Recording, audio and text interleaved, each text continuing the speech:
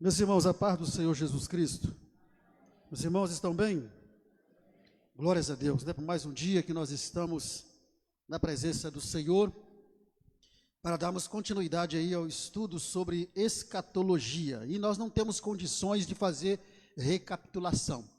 Só a recapitulação gastaria esse culto de hoje, então não tem como.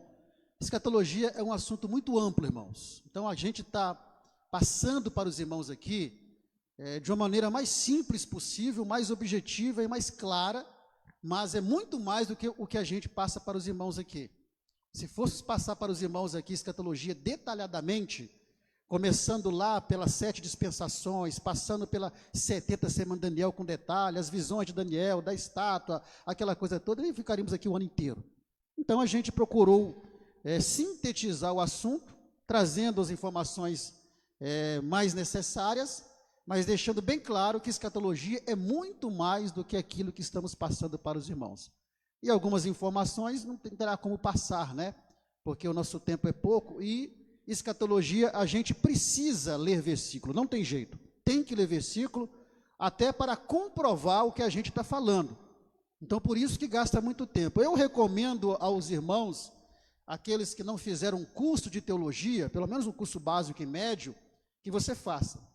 Porque no curso de teologia você vai ter essa disciplina detalhadamente, começando desde as 7 dispensações.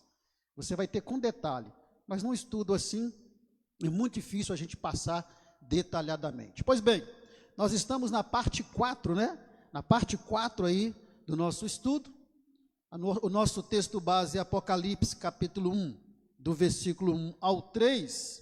Nós vamos ler apenas o versículo 1, que diz assim: revelação de Jesus Cristo, a qual Deus lhe deu para mostrar aos seus servos as coisas que brevemente devem acontecer, e pelo seu anjo as enviou e as notificou a João, seu servo. Nós estamos enfatizando para os irmãos que escatologia nesse versículo está aqui, ó, mostrar aos seus servos as coisas que brevemente devem acontecer. Aqui está o conceito de escatologia. Bom, esses são os assuntos em vermelho que nós já estudamos, né? Tivemos uma introdução, o arrebatamento, o tribunal de Cristo, o aborto do Cordeiro, a manifestação e o governo do anticristo. Nós começamos a grande tribulação, por isso ela está em verde aí, porque hoje nós vamos terminar a grande tribulação e vamos tentar avançar nesses que estão em azul aí. Não sei se vai ser possível, mas vamos tentar nos aproximar o máximo possível desses temas que estão em azul aí. Pois bem, então nós estávamos vendo sobre a grande tribulação. Conforme eu disse, não vou poder recapitular. Nós paramos nos últimos 3 anos e meio da grande tribulação. Nós vimos ali que no primeiro período da grande tribulação, haverá um governo mundial, não é isso? Que é o anticristo, haverá um período de paz aparente, de prosperidade aparente, e o anticristo fará um acordo de paz com Israel como nunca ninguém conseguiu fazer, então vai aparentemente estar a 1000 maravilhas. Mas nos últimos 3 anos e meio, nós vamos ver que ele vai rasgar esse pacto. É exatamente o que a imagem sugere aí. Ele vai quebrar esse pacto que ele fez com Israel. Ele vai quebrar esse pacto de paz, e fazendo o pacto de paz com Israel, ele está fazendo também um pacto de paz com o mundo. Então, ele vai quebrar esse pacto de paz e inicia-se a grande tribulação propriamente dita. Porque quando você vai para o capítulo 6 ao 9 de Apocalipse, você tem ali um período chamado tribulação. E do capítulo 10 até o capítulo 18, você ali já tem o período chamado grande tribulação. É onde vai acontecer realmente os fatos relacionados à grande tribulação. Então, no meio da grande tribulação, 3 anos e meio, ele rasga esse pacto, ele quebra esse pacto, e é quando o anticristo ele vai começar a mostrar as suas garras. Ele vai conseguir nos 3 primeiros anos e meio, erguer o templo de Salomão em Jerusalém, coisa que ninguém consegue fazer isso hoje. Ele vai conseguir erguer o templo ali em Jerusalém, só que nesses últimos 3 anos e meio, ele vai quebrar o pacto e vai invadir o templo e vai cometer blasfêmia nesse templo que ele mesmo reergueu. Ou seja, ele vai mostrar as suas garras. E aqui eu quero agora a cooperação dos crentes bons de Bíblia, obreiros, igreja embaixo, quem achar primeiro, abram para mim Daniel 7:25. Vamos ver o que ele vai fazer a partir dos 3 anos e meio, né? Nos últimos 3 anos e meio, ele quebrando o pacto, se revelando, agora ele invade o templo ali, que ele mesmo construiu, conseguiu construir, por isso ele vai ganhar a confiança de Israel, e ele vai profanar o templo, e vai começar a se auto-intitular como Deus, e vai proferir blasfêmia contra Deus. Daniel 7:25 diz o quê?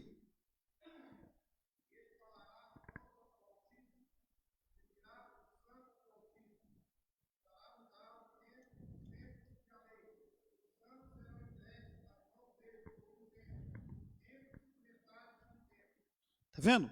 E proferirá palavras contra o Altíssimo, destruirá os santos do Altíssimo, e cuidará em mudar os tempos e a lei, e eles serão entregues na sua mão por um tempo, tempos e metade de um tempo, que é exatamente o quê? A grande tribulação. Então, os últimos 3 anos e meio da grande tribulação serão um período em que o anticristo, ele vai mostrar a sua verdadeira face. Ele vai mostrar realmente para o que ele veio e qual é o objetivo dele. Nesse momento em que o anticristo, ele quebra o pacto de paz com Israel, e ele se revela, ele profere blasfêmia contra Deus, ele vai se auto-intitular como Deus, é nesse momento que Israel vai perceber que o anticristo não é o Messias. Porque até então, nos 3 anos e meio primeiro, Israel tinha aceitado facilmente o anticristo, até pelo poder de governo que ele tem, até pelo acordo de paz que ele fez, pela união que ele conseguiu fazer no mundo inteiro, pelos milagres que o falso profeta, que é o seu auxiliar, vai fazer. Então Israel vai reconhecer, vai ver no anticristo o Messias, e vão recebê-lo como Messias. Porque se os irmãos não sabem, Israel até hoje não reconhece Jesus como Messias. Todos sabemos disso. Para Israel, Jesus, esse Jesus que veio, foi apenas um herói, um mártir, como foi Tiradentes aqui na Inconfidência Mineira. Então eles não reconhecem Jesus como Messias. E aqui eles vão reconhecer o anticristo como Messias.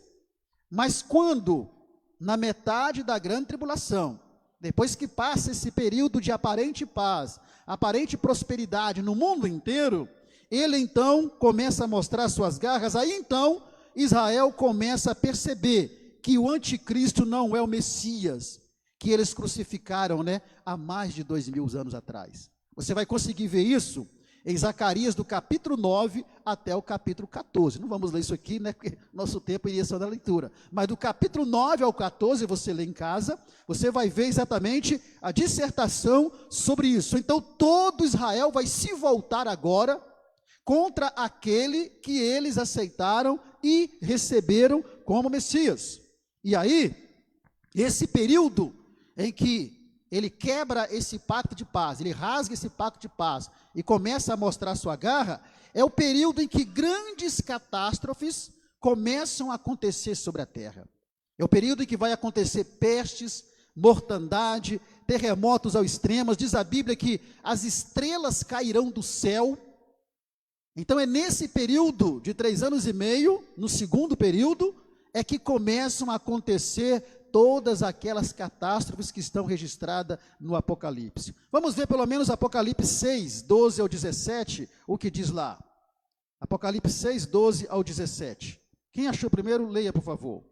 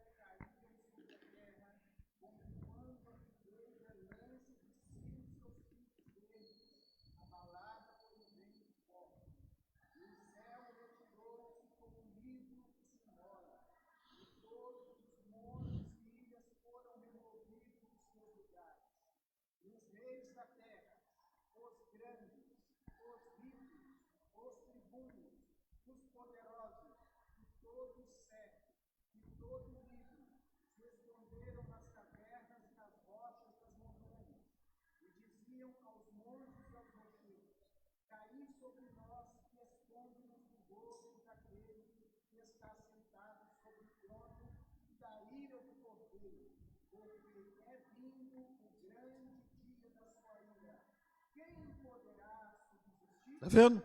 Então, em Apocalipse, no capítulo 6, versículo 12 ao 17, aqui começa a acontecer as grandes catástrofes que o Apocalipse fala que acontecerão ali nesses últimos 3 anos e meio da grande tribulação. É quando serão abertos 7 selos, conforme está aí, é quando serão tocadas as 7 trombetas, é quando serão derramadas as 7 taças da ira de Deus. Tudo isso se refere, taça, trombetas e selos, se refere a acontecimentos que vão ter aqui na terra no segundo período da grande tribulação. E só por esses versículos aqui dá para saber o que vai acontecer, ó. Grandes terremotos, o sol se escurecer, não é isso? Olha só, a estrela do céu cairão sobre a terra, enfim, acontecerão grandes catástrofes quando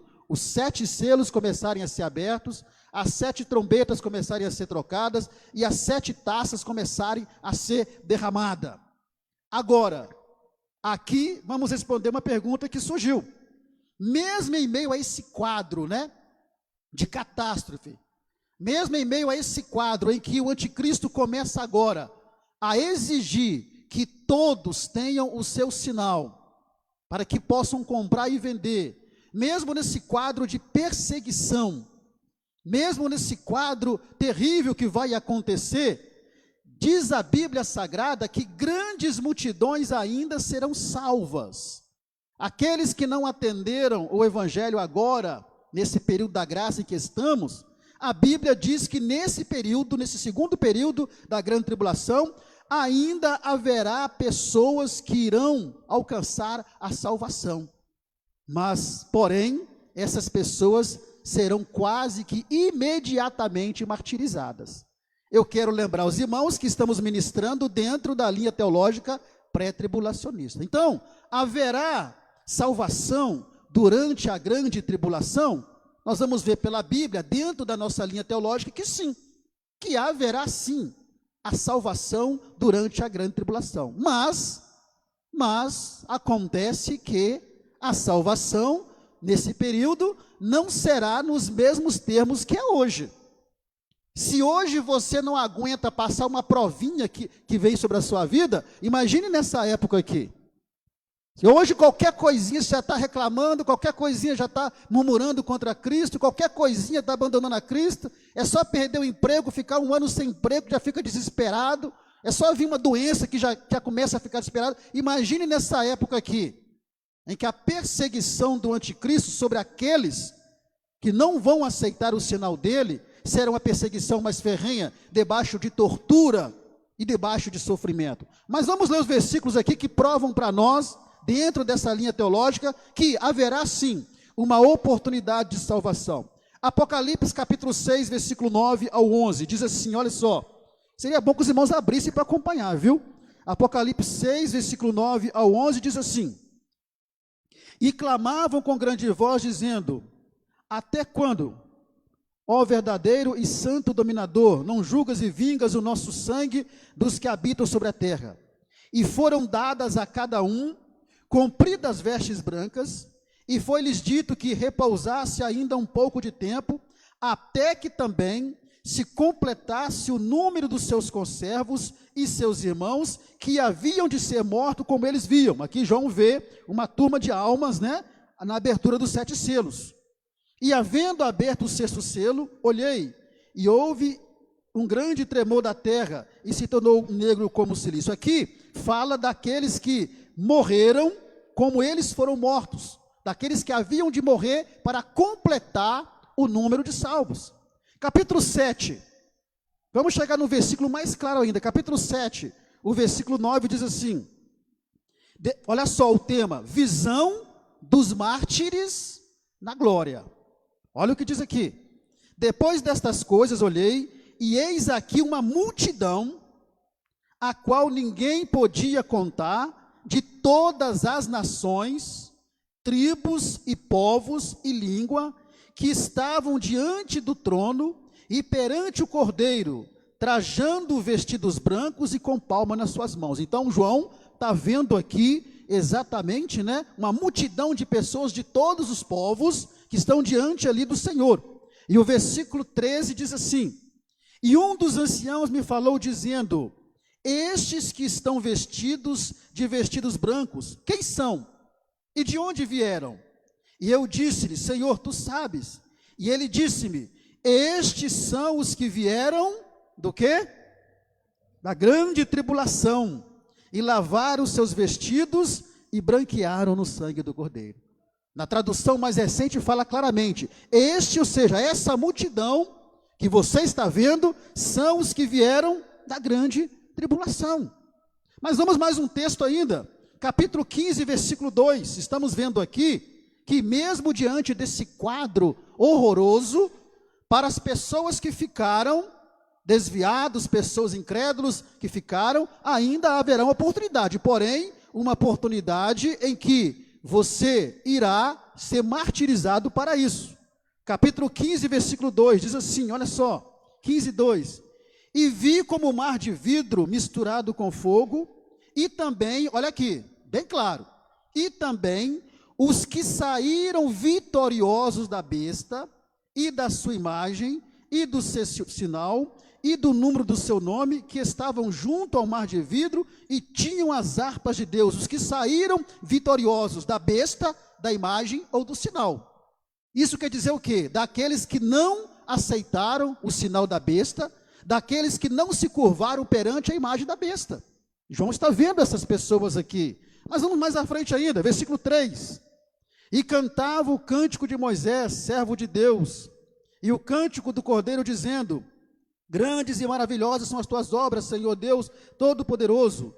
Justos e verdadeiros são os teus caminhos, ó Rei dos santos. Aqui João vê essas pessoas que saíram vitoriosas da besta, da sua imagem e do seu sinal, que cantavam cântico ao Cordeiro. Quem são essas pessoas? A igreja não é, porque a igreja já está lá na eternidade com o Senhor, já vimos nas aulas passadas. Então, evidentemente, que essas pessoas que João vê aqui, são pessoas que estavam aonde? Na grande tribulação. Vamos prosseguir ainda, mais ainda, que é Apocalipse capítulo 20 e o versículo 4.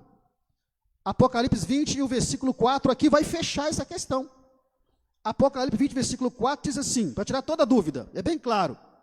E vi tronos, e as visões que João está tendo, e vi tronos, e assentaram-se sobre eles, e foi-lhes dado o poder de julgar. Agora vem aqui, se isso aqui não quer dizer o que estamos falando, então não sei o que é. E vi as almas daqueles que foram degolados pelo testemunho de Jesus. João está vendo a alma das pessoas, e pela palavra de Deus, e olha só, e que não adoraram a besta nem a sua imagem, está vendo? João vê um grupo de pessoas que não adoraram a imagem da besta e foram degolados por causa disto, e não receberam o sinal em suas testas, nem em suas mãos, e viveram e reinaram com Cristo durante 1000 anos. Então, baseado na interpretação teológica pré-tribulacionista, esses versículos mostram para nós que haverá sim uma oportunidade de salvação durante a grande tribulação, porém com martírio. Com martírio. Se você, vamos conjecturar, né? Porque pode ser assim na prática. Quando chegar na sua casa, acende o fogo lá do seu fogão e coloca a sua mão no fogo lá para você ver. Quanto tempo você vai aguentar com fogo na mão lá? Será mais ou menos assim, né? Então vamos imaginar que aqueles que estão a serviço do anticristo, né? Que não vai ser ele pessoalmente, os que estão a serviço dele, podem, isso é conjectura, tá, irmão? Podem chegar para alguém que ficou por aí, ou para alguém que creu em Cristo depois do arrebatamento, e diga assim, olha, você vai aceitar o sinal do nosso governante ou não vai? Não, não vou não. Então, vamos colocar você na fogueira então. Vamos queimar uma perna sua, vamos botar um braço seu no fogo. Você vai aguentar isso? Você vai suportar isso? Hoje você queima um dedinho, você quase morre de dor. Então, não se apegue a isso. Não queira ficar aí para pagar para você ver. Não queira ficar aí, não, eu vou aproveitar a minha vida, já que há entendimentos que haverá essa oportunidade, então eu vou aproveitar a minha vida, e se eu ficar por aqui, eu vou na segunda leva. Cuidado, não se baseie nisso. Deixe isso para quem quer passar sofrimento aí. É melhor nós fazermos parte do que? Do arrebatamento, porque a coisa não vai ser fácil como você pensa, não. Aqui diz que foram degolados muitos. Então a tortura que vai haver para que se aceite o sinal e para que se aceite o governo do anticristo, vai ser algo além das nossas forças. E você tem que contar ainda que hoje você tem o Espírito Santo para te dar força. Mas nessa época ali, a única coisa que o Espírito Santo vai fazer é te convencer que você não deve aceitar o sinal. Daí para frente é com você. É você que vai ter que suportar o sofrimento por não aceitar o sinal. Então, isso não é para você querer desviar e achar que você ficando aí, depois do arrebatamento, você vai conseguir vencer tudo isso e aí alcançar a salvação. É melhor você ser arrebatado. Mesmo porque você pode morrer, né? E se você morre sem Jesus nessa espera de querer ficar aí para poder alcançar a segunda chance, aí acabou definitivamente para você. Então esse é o entendimento sobre essa questão, se haverá ou não salvação na grande tribulação. Aí fizeram uma pergunta para mim aqui, mandaram uma pergunta: quem crê na salvação pós a tribulação, está certo ou não? Quem crê na salvação, ou seja, quem acredita que haverá salvação no período da grande tribulação, está certo ou não? Mas depende da linha teológica que a pessoa segue. Se a pessoa segue a linha teológica pré-tribulacionista, para ela, evidentemente, você crer na salvação depois da grande tribulação, você está certo. Agora, se você vai aguentar, suportar o que tem para vir, o que vai vir, aí já é outra história. Então, façamos tudo para morrermos salvos ou para sermos arrebatados, porque eu não quero ficar aqui para a segunda chance. Eu não quero ficar aqui para tentar uma segunda chance, não. Eu prefiro ser arrebatado ou, se eu morrer, morrer salvo, porque a coisa não vai ser fácil. Pois bem, então, como a igreja de Cristo não vai estar aqui na terra, o que vai acontecer? Mas como que essas pessoas que não vão aceitar o sinal da besta e nem vão aceitar, né, adorar a imagem dela, como que essas pessoas ouvirão o evangelho? E aí, a Bíblia fala que Deus, na sua soberania, Ele vai providenciar um meio para que todas as nações, raça, e inclusive os judeus, possam ouvir o evangelho durante a grande tribulação. E como é que vai ser isso?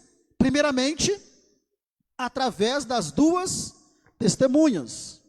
A Bíblia fala de duas testemunhas, Apocalipse 11, versículo 3 ao 2 e 14, 1 ao 7, não leremos agora. A Bíblia fala de duas testemunhas que serão levantadas por Deus para pregarem nessa época da grande tribulação. E os irmãos percebam que Deus é tão misericordioso que Deus ainda vai ser justo para poder dar uma oportunidade ao homem de continuar ouvindo o evangelho e ainda poder se decidir, mesmo debaixo de martírio. Em Apocalipse 11, 3 ao 12, fala sobre essas duas testemunhas. Em 14, capítulo 1, versículo ao 7, também fala dessas duas testemunhas. A grande questão é: quem serão essas duas testemunhas? Quem vai ser esses dois homens que irão ser as duas testemunhas que pregarão o evangelho durante a grande tribulação? Então, há uma grande discussão entre Elias, Enoque e Moisés. Uns entendem que essas duas testemunhas serão Elias e Enoque. Outros, Elias e Moisés, Enoque e Elias, Enoque e Moisés. Mas nós não podemos afirmar, mas temos indícios que pode ser sim dois desses três. Olha bem, pode ser, não estou dizendo que vai ser, porque eu não posso aqui bater martelo. Mas vamos ler a Bíblia Sagrada, que é interessante. Olha só, pelo menos um deles, a Bíblia nos dá um indício que pode ser. Por exemplo, Elias e Enoque. Por que que pode ser Elias e Enoque? Porque os dois não, o quê? Morreram. Os dois não morreram. E essas duas testemunhas, elas vão morrer. Mas quando você vai para a Bíblia, você tem que entender a Bíblia num contexto geral. Quando você vai para a Bíblia, em Hebreus 9, 27, diz o quê? Que ao homem está ordenado morrer o quê? Uma só vez. Então, Elias e Enoque vão morrer na grande, as duas testemunhas vão morrer na grande tribulação. Aí, se eles tivessem morrido antes, morreriam duas vezes. Então, como o homem está ordenado morrer uma só vez, e Elias e Enoque não morreram, os dois casos em que foram arrebatados por Deus, vivos, há uma grande probabilidade de ser os dois, porque os dois não morreram. Moisés morreu. Moisés está morto, seu corpo foi escondido por Deus, mas Elias e Enoque não.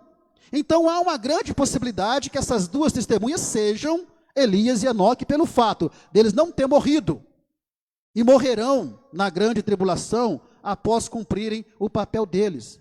Mas o interessante é que um outro versículo, em Zacarias capítulo 4, vamos ler lá. Zacarias capítulo 4, no versículo... Vamos primeiro Malaquias. Malaquias capítulo 4, versículo 5, é o último livro da Bíblia aí. Malaquias capítulo 4, versículo 5, nos dá um outro indício que pode ser aí o profeta Elias. Malaquias 4 e 5, leiam por favor.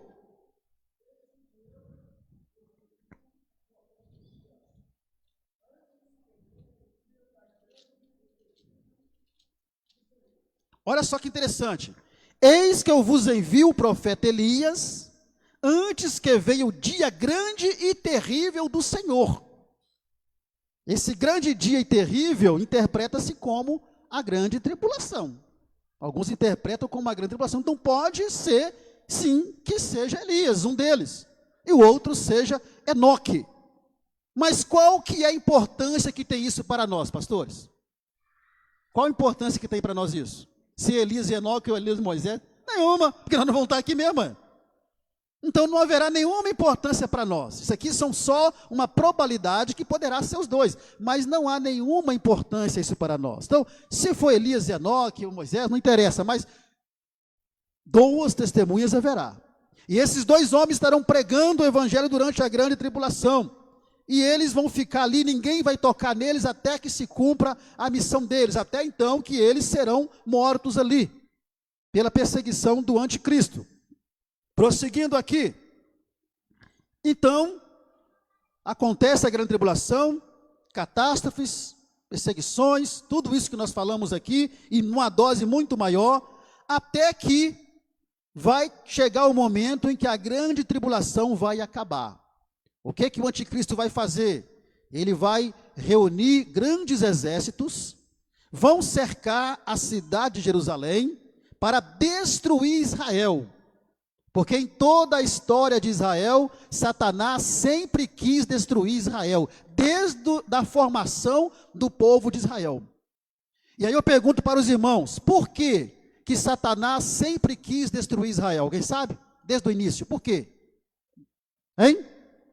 Por causa da promessa que dentro do povo de Israel nasceria quem? O Salvador, que é Cristo. Então Satanás tem ódio de Israel. E ao longo da história, Satanás sempre tentou destruir Israel. E agora, no final da grande tribulação, ele vai reunir um grande exército para destruir Israel. E aí vai acontecer a guerra que nós conhecemos, o que a Bíblia fala como guerra do Armagedon. O que é a guerra do Armagedon? É uma guerra organizada pelo anticristo, que vai reunir os exércitos de muitas nações para cercar Jerusalém e ali em Jerusalém tentar destruir Israel de uma vez por todas. E vai parecer que Israel realmente não vai ter chance nenhuma de vencer essa batalha. Vamos ler Zacarias, só algum desses versículos aí. Zacarias, capítulo 12. versículo 3 e 9. Então, nós estamos no fim da grande tribulação, e agora está acontecendo a guerra do Armagedon. Zacarias 12, versículo 3 e o versículo 9.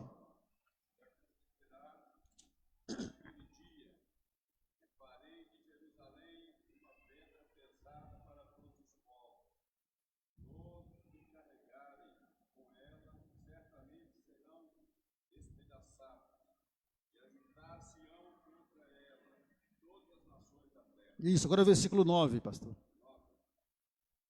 E acontecerá naquele dia que procurarei destruir todas as nações que vierem contra Jerusalém. Está vendo? E acontecerá naqueles dias que farei de Jerusalém uma pedra pesada para todos os povos, todos que carregarem com ela certamente serão despedaçados, e ajuntar-se-ão contra ela todas as nações da terra.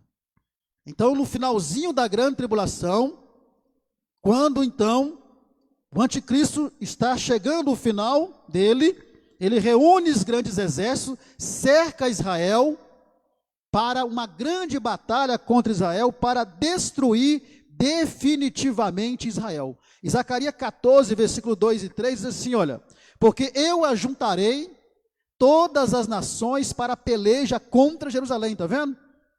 E a cidade será tomada, e as casas serão saqueadas, as mulheres forçadas, e metade da cidade sairá para o cativeiro, mas o resto do povo não será expulso da cidade.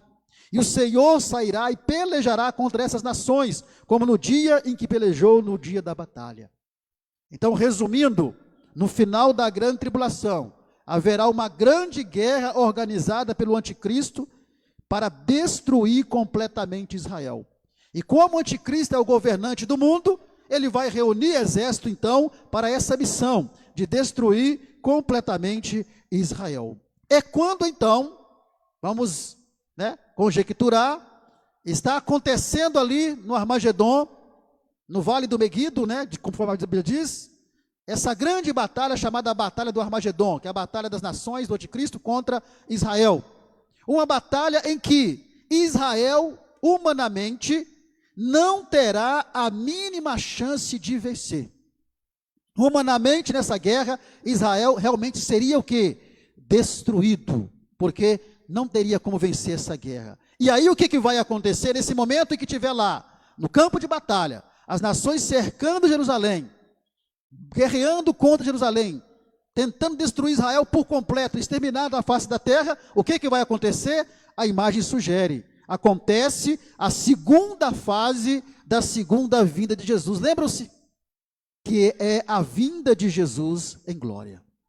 Aí diz a Bíblia então que naquele momento em que Israel está ali quase perdendo a guerra, quase sucumbindo, aí Jesus se manifesta das nuvens com a sua igreja.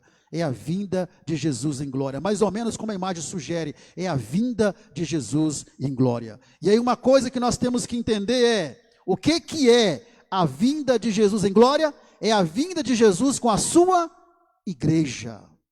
Jesus se manifesta das nuvens, é quando todo olho o verá, é nesse momento que todo olho verá. Como será isso? Porque isso vai acontecer lá em Jerusalém. Como é que nós vamos ver? Olha, hoje com a tecnologia que tem aí, é muito fácil. Nós conseguimos ver as coisas ao vivo acontecendo. Então todo olho verá. Colossenses 3 e 4, leia por favor. Colossenses 3 e 4. Quem achou, leia. Colossenses 3, verso 4.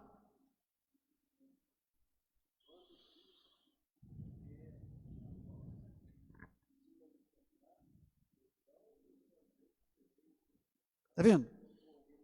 Quando Cristo, que é a nossa vida, se manifestar, então também vós vos manifestareis com Ele em glória. Então a vinda de Jesus em glória é a segunda fase da segunda vinda de Cristo. Na primeira fase da segunda vinda, Jesus vem para quê, irmãos? Vamos ver se os irmãos aprenderam. Na primeira fase da segunda vinda, Jesus vem para quê? Alguém sabe? Vamos lá, hein? Fala, irmãos. Para arrebatar a igreja, gente. E na segunda fase da segunda vinda, ele vem em glória com a igreja. Então, na primeira fase, vem para arrebatar a igreja. na segunda fase, vem com a igreja. Já passou o tribunal de Cristo, já passou a boda do Cordeiro. Lembre-se que enquanto aqui na terra acontece a grande tribulação, a igreja está na eternidade, no tribunal de Cristo, no casamento do Cordeiro com a noiva, nas bodas do Cordeiro, está em festa lá no céu com Jesus. E aqui na terra, a grande tribulação acontecendo. E agora, no finalzinho da grande tribulação, com a guerra do Armagedon, o anticristo com seus exércitos tentando destruir Israel, aí Jesus vira para a igreja e fala: agora é hora de nós irmos lá. Agora é hora de nós intervirmos. Venham comigo. A igreja vem com Jesus então, e nas nuvens, Jesus manifesta vindo em glória com a sua igreja. Prosseguindo aqui, olha só que interessante. Vamos prosseguir. Quem vai acompanhar Jesus nessa vinda dele em glória? Quem é que vai acompanhar? A igreja e os... Quem mais?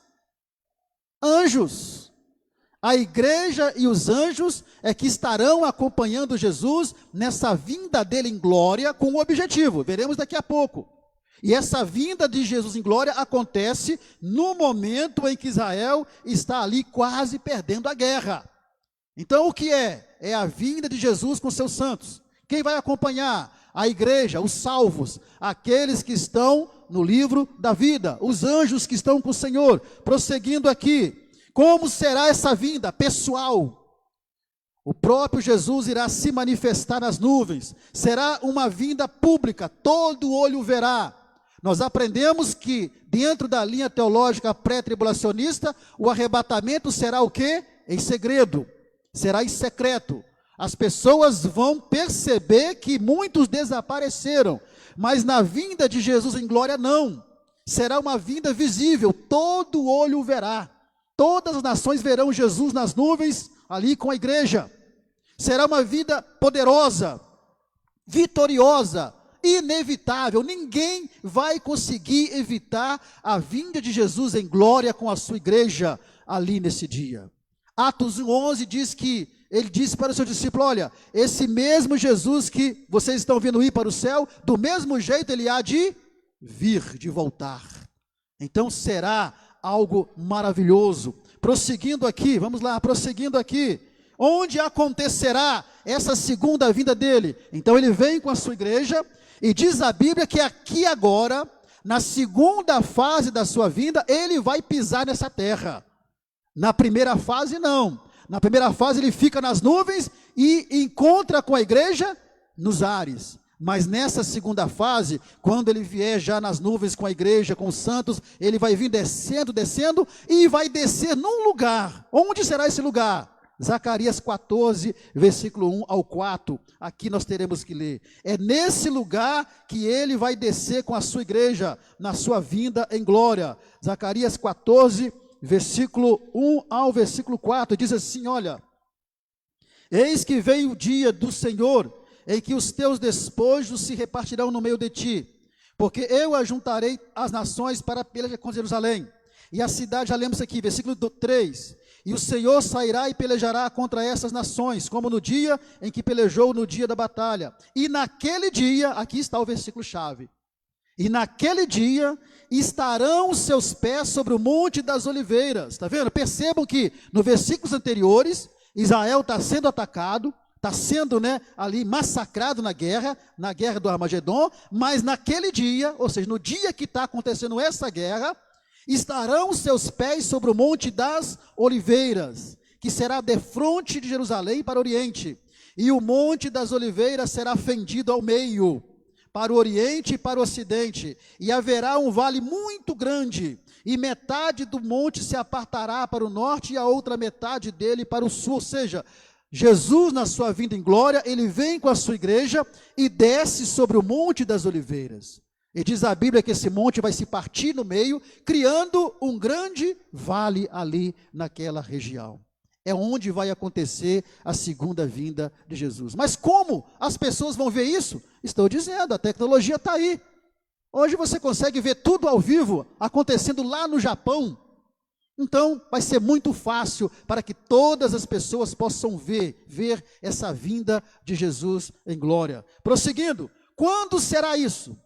Quando é que vai acontecer isso? Após a bodas do Cordeiro e a grande tribulação. E além disso, Deus é poderoso para fazer com que nós vejamos, não é, pastor? Deus é poderoso, daqui não sei como, Deus tem poder para daqui de todos os lugares do mundo, olhar para o céu, quem estiver aí, olhar para o céu e ver Jesus vendo com a sua igreja na glória. Ele é poderoso para fazer isso. Quem somos nós? Não é isso? Ele é poderoso para fazer isso. Agora, quando é que vai acontecer isso? Será depois do tribunal de Cristo, depois da boda do Cordeiro e depois também da grande tribulação e assim que estiver acontecendo o quê? A guerra do Armagedon. Então, Jesus, ele vem em glória. Agora, a pergunta é, para que Jesus vem em glória? Quais são os objetivos da vinda de Jesus em glória? Vocês se lembram que está acontecendo na terra o que? A grande tribulação. Está acontecendo agora a guerra do Armagedon. Quem está atuando no mundo é o anticristo, o falso profeta e o próprio Satanás, né, que é o chefe deles, uma tríade. Ouça bem, não é trindade, é tríade, uma tríade satânica. Porque em tudo Satanás sempre quer imitar Deus. Não tem a trindade, Pai, Filho e Espírito Santo? Então tem a tríade, né? O adversário, o anticristo e o falso profeta. Então, para que Jesus vem em glória? Vamos ver os motivos, para quê? Quais são os objetivos? Primeiro, para encerrar a grande tribulação. Apocalipse 19, 20 e 21. Vamos ler lá? Quem achou, pode ler, por favor. Apocalipse 19, 20 e 21. O que diz lá? Isso.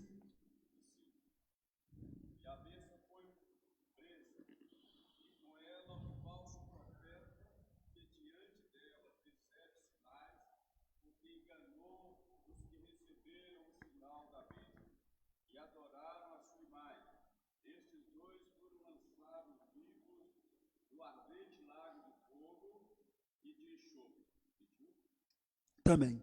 E os demais foram mortos com a espada que saía da boca do que estava sentado sobre o cavalo, e todas as aves se fartaram das suas carnes. Então, nesse momento que está acontecendo ali a guerra do Armagedon, Israel está quase perdendo a guerra, Jesus se manifesta nas nuvens e vem descendo com a igreja sobre o Monte das Oliveiras, e diz a palavra do Senhor que a primeira coisa que ele vai fazer, você está vendo na imagem sugestiva aí, ó, a primeira coisa que ele vai fazer é fazer o quê?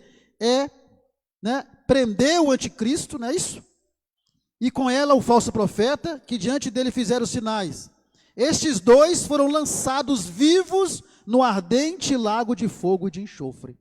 É a primeira coisa que Jesus faz. Jesus prende o anticristo e o falso profeta, lança os dois no lago de fogo, e diz a Bíblia que contra os exércitos que estavam ali lutando contra Israel, o que vai acontecer? E os demais foram mortos com a espada que saía da sua boca, está vendo? Do que estava sentado sobre o cavalo, e as rodas e as aves, e todas as aves se fartaram das suas carnes. Ou seja, Jesus, ele vai dar vitória a Israel na guerra do Armagedon.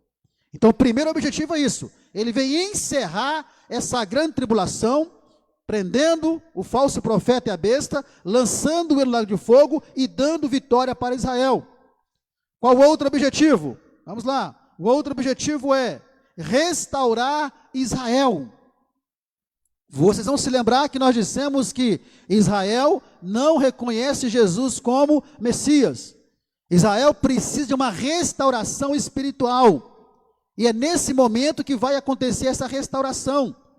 Zacarias 12, 10 ao 14. Vamos ler lá. Vamos voltar. Zacarias 12, 10 ao 14. Vamos ver o que diz lá. Zacarias 10, 12 ao 14, 10 ao 14 diz assim, olha só, acompanhe. E sobre a casa de Davi e sobre os habitantes de Jerusalém derramarei o espírito de graça e de súplica. E aqui diz, olha, e olharão para mim a quem transpassaram, e prantearão como quem pranteia por um unigênito, e chorarão amargamente por ele, como se chora amargamente pelo primogênito. Ou seja, resumindo, nesse momento em que Israel vê tudo o que está acontecendo, Jesus vindo em glória, o anticristo e o falso profeta sendo lançado no lago de fogo, quando Israel vê tudo isso e vê Cristo, aí diz a Bíblia que eles reconhecerão então Jesus como Messias. E diz a Bíblia que vão chorar, vão prantear amargamente. Eles vão, nesse momento, então, reconhecer Jesus como o Messias. E aí, dando prosseguimento aqui nos versículos, nós vamos ver lá em Romanos capítulo 11, versículo 25 e 26, o que vai acontecer nesse momento aqui de restauração de Israel. Romanos 11, 25 ao 26, e diz exatamente assim, 11, 25 ao 26, porque não quero, irmãos, que ignoreis este segredo, para que não presumais de vós mesmos que o endurecimento veio em parte sobre Israel, até que a plenitude dos gentios haja entrado. É o nosso período. E assim todo Israel será salvo, como está escrito, de Sião virá o libertador, e desviará de Jacó as impiedades. Aqui quando diz que todo Israel será salvo, temos que analisar com cuidado. Não significa que todo o povo de Israel será salvo, mesmo porque haverá entre eles algum que não reconhecerão. Em Oséias capítulo 3, versículo 5, quem achar ler, por favor, Oséias 3 e 5 vai dizer que o remanescente será salvo. Quem que é o remanescente? É aqueles que vão, nesse momento, reconhecer Jesus como o Messias. Então esse é o segundo objetivo. Alguém achou em Oséias 3 e 5? Esse é o segundo objetivo da vinda de Jesus em glória, restaurar espiritualmente Israel. Prosseguindo aí, outro objetivo, restaurar a terra, a natureza. Por quê? Raciocina comigo. Se a Bíblia mostra para nós que estará acontecendo aqui no segundo período da grande tribulação, terremotos, catástrofes, estrelas caindo do céu, incêndios, enfim, maremotos, a terra vai estar o quê? Destruída. A terra vai estar numa situação de destruição. Mas Jesus, na sua vinda em glória, como objetivo, ele vem também para quê? Para restaurar a terra e a natureza. E aí eu pergunto aos irmãos, para quê que Jesus precisa restaurar a terra? Alguém sabe responder? Para que ele precisa e por que ele precisa restaurar a terra no momento aqui da sua vinda em glória? Quem pode responder para mim? Hein? Ninguém sabe? É algo que vem depois. Porque o que vai acontecer aqui depois? O que Cristo vai implantar aqui na terra, irmãos? Os milênios. E para implantar o milênio, ele precisa ter uma terra o quê? Restaurada. Como é que ele vai implantar o milênio, que é um governo de paz, de prosperidade verdadeira, numa terra toda destruída? Então, o outro objetivo é esse, é restaurar a terra. Em Romanos 8, 20 ao 22, fala que a terra, toda a natureza está gemendo, porque a natureza cada vez mais está sendo destruída, e na grande tribulação será muito mais ainda. Olha o que diz Ezequiel 36, alguém achou Oséias 3 e 5?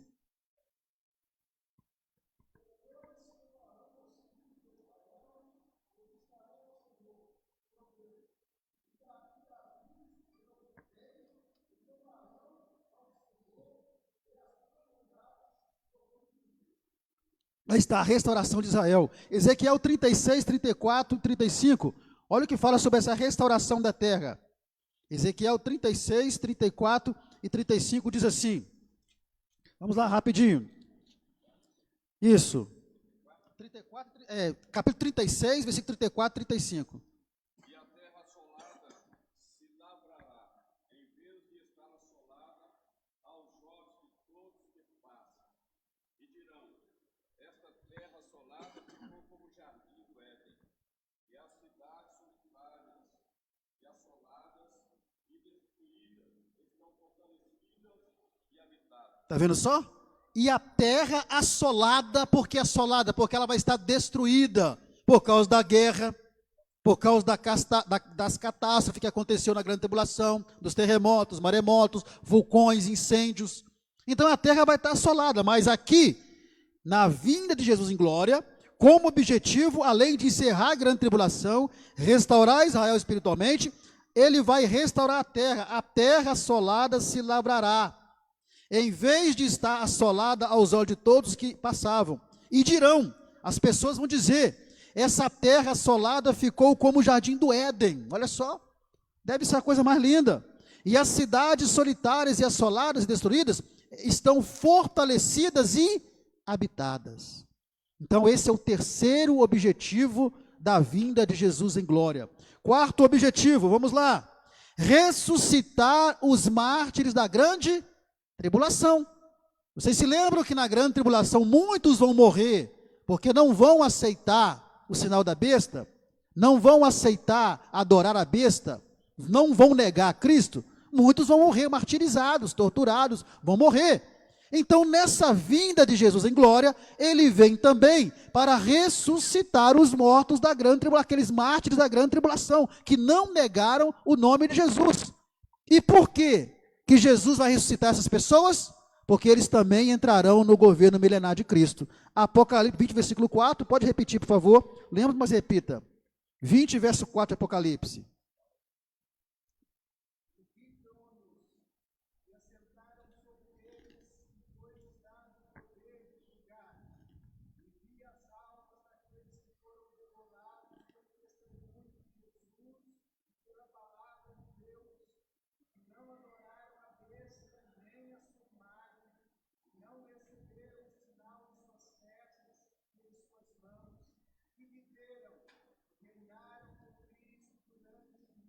Se viveram é porque o quê? Ressuscitaram.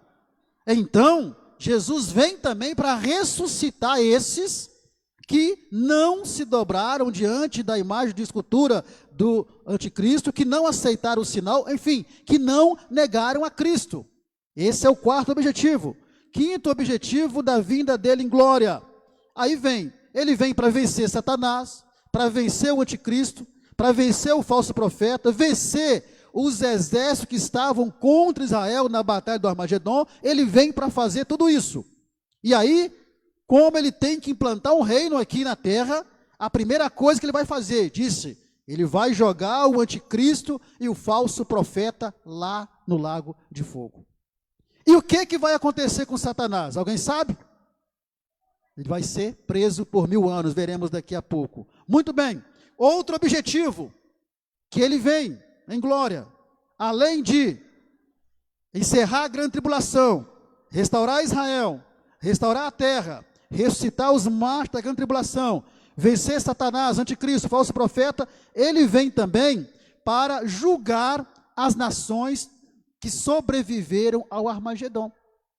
Olha que interessante. Algumas nações vão sobreviver ali, e essas nações vão ser julgadas. Vamos comprovar isso? Joel capítulo 3, versículo 12 ao 14. Quem achar primeiro aí, leia. Porque achar Marcos e Mateus é fácil, né? Quando chega nesses livros aí, é um malabarismo tremendo para poder achar, né? Já achei aqui, Joel 3, 12 a 14, diz assim: movam-se as nações e subam ao vale de Josafá. Esse vale de Josafá, ele não existe. Pode ser que esse vale, ele será criado, lembre-se, em Zacarias 14, que nós vimos lá que a vinda de Jesus em glória, quando ele vai pisar aqui na terra, vai acontecer no Monte das Oliveiras. E nós vimos lá que esse monte vai se rachar no meio, e o versículo diz que vai formar um grande quê? Um grande vale. Então, provavelmente, esse vale de Josafá vai ser esse vale que foi criado por essa divisão do Monte das Oliveiras ao meio. Então, moradores, movam-se e subam ao vale de Josafá, porque ali me assentarei, está vendo só? Para julgar todas as nações em redor. Lançai a foice, porque já está madura a cega. Vinde, descei, porque o lagar está cheio. Os vasos dos lagares transbordam, porquanto a sua malícia é grande. Versículo 14. Multidões e multidões no vale da decisão, porque o dia do Senhor está perto no vale da decisão. Então, quando encerrar a guerra do Armagedon, algumas nações ali vão sobreviver. E agora então, a vinda de Jesus em glória é também para julgar essas nações. E por quê? Qual a necessidade desse julgamento? Esse julgamento é para definir qual nação que vai participar do milênio. Qual nação que vai entrar no milênio junto com a igreja. Então esse julgamento será para isso. Agora, qual será o critério? Qual será o critério desse julgamento? O critério será exatamente julgadas conforme trataram Israel. Nem todas as nações do mundo irão participar dessa guerra do Armagedon. Algumas nações não irão. Então essas nações que não foram para a guerra do Armagedon, elas serão julgadas, e conforme foi o trato delas para com Israel, elas entrarão no milênio junto com a igreja. Esse será o julgamento. Prosseguindo aqui, olha só que interessante. Não confundir esse julgamento aqui com o juízo final. Esse julgamento aqui é o julgamento das nações que participarão do milênio.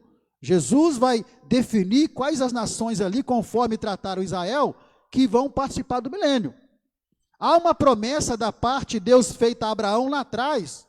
O que Deus disse a Abraão? Abençoarei o que você abençoar, e amaldiçoarei aquele que você amaldiçoar. Então, toda nação que abençoa Israel é uma nação abençoada. Por que vocês acham que os Estados Unidos é uma nação abençoada como é? É porque os Estados Unidos é um dos guardiões de quem? De Israel. É um país que sempre abençoou Israel. Por isso que são um país abençoado. Então, nesse critério, as nações serão julgadas para que possam participar ou não ali do milênio. Esse é o objetivo. E terminando aqui, ele vem principalmente, depois de fazer isso tudo, junto com a sua igreja, ele vem em glória também para estabelecer o seu reino milenar aqui na terra. Aí depois de tudo prontinho, anticristo lançado no fogo, falso profeta também, Satanás preso, vamos ver daqui a pouco, ou vamos ver na semana que vem, terra restaurada, nações que vão participar do milênio já definida, aí Jesus então, ele estabelece o seu reino milenar aqui na terra. Apocalipse 20 e o versículo 3, por favor, o que diz lá? Apocalipse 20, versículo 3. Alguém achou? Pode ler. E lançou no abismo, e ali o encerrou, e pôs selo sobre ele, para que mais não engane as nações, até que os 1000 anos se acabem, e depois importa que seja solto por um pouco de tempo. Então está aí.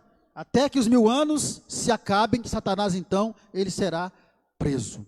Então Jesus, depois de fazer tudo isso, na sua vinda em glória com a sua igreja, a igreja participando de tudo isso, aí então Jesus estabelece o seu reino milenar ali, aqui na terra. E aí é um resumo, né? O resumo aí dos propósitos da volta aí de Jesus em glória. E aí nós entramos então no milênio.